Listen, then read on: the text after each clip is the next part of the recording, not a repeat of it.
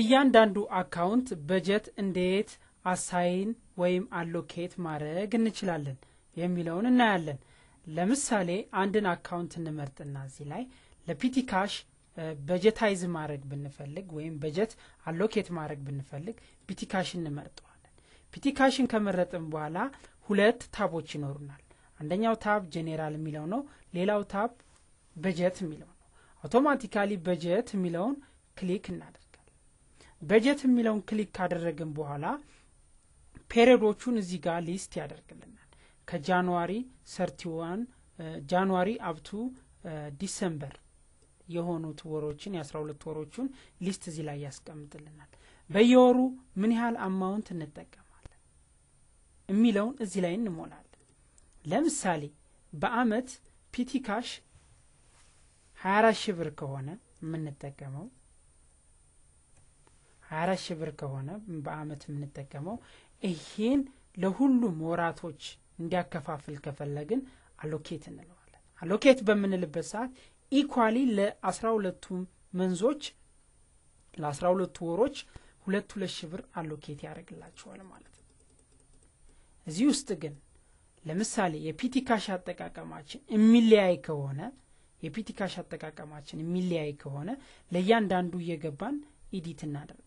ለምሳሌ ጃንዋሪ ላይ 3 ሺህ ብር የሚያስፈልገን ከሆነ ጃንዋሪ ላይ 3 ሺህ ብር መተን እንሞላለን።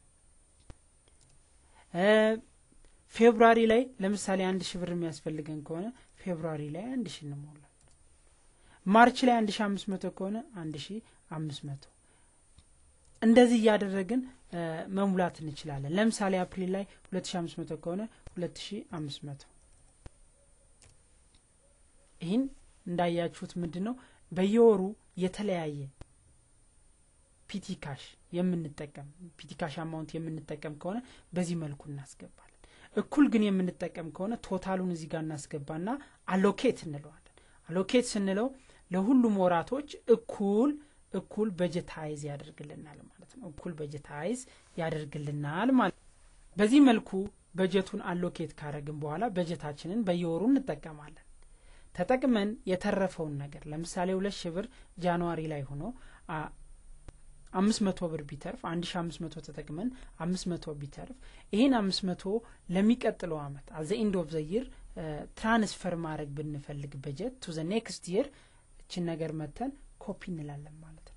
በዚህ ሰዓት ሁሉም ወሮች ላይ ምንም አይነት ትራንዛክሽን ስላልሰራን በጀታችን እንዳለ ስለሆነ አውቶማቲካሊ በዚህ አመት የነበረው በጀት ወደሚቀጥለው አመት ትራንስፈር አረገ ማለት ነው። ይሄ በጀት አሎኬሽን ነው።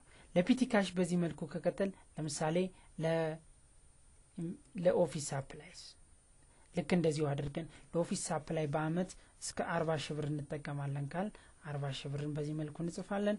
ዜን አሎኬት ኤቭሪ መንዝ 3333 ከ33 ሳንቲም ያደርግልናል ማለት ነው። ከተጠቀምን በኋላ ቱ ዘ ኔክስት ይር ኮፒ በጀት እንለዋለን። ኮፒ ስንለው ያልፋል ማለት ነው። ምክንያቱም እዚህ ላይ 40 ሺህ ብር ነው፣ አሁንም እዚሁ 40 ሺህ ብር ነው ያለን። ይሄ የተፈጠረው ምንድነው በጀታችንን ስላልተጠቀምንበት ነው። ብንጠቀምበት ኑሮ ግን ቀሪው ብቻ ነበር ማለት ነው ትራንስፈር የሚሆነው፣ ቀሪው ብቻ ነው ትራንስፈር የሚሆነው። ስለዚህ ይህን በጀት አሎኬት ካረግን በኋላ ሴቭ ብንለው አውቶማቲካሊ ለኦፊስ ሳፕላይ አኑዋሊ 40 ሺህ ብር በአመት 40 ሺህ ብር በየወሩ 3333 ብር ከ33 ሳንቲም ያደርግልናል ማለት ነው። ይሄ በጀት አሎኬሽን ነው። ከዚህ በኋላ ሴቭ ስንለው አውቶማቲካሊ ለኦፊስ ሳፕላይ ይሄን ያህል አማውንት አዜ በጀት ሴቭ ያደርግልናል ማለት ነው።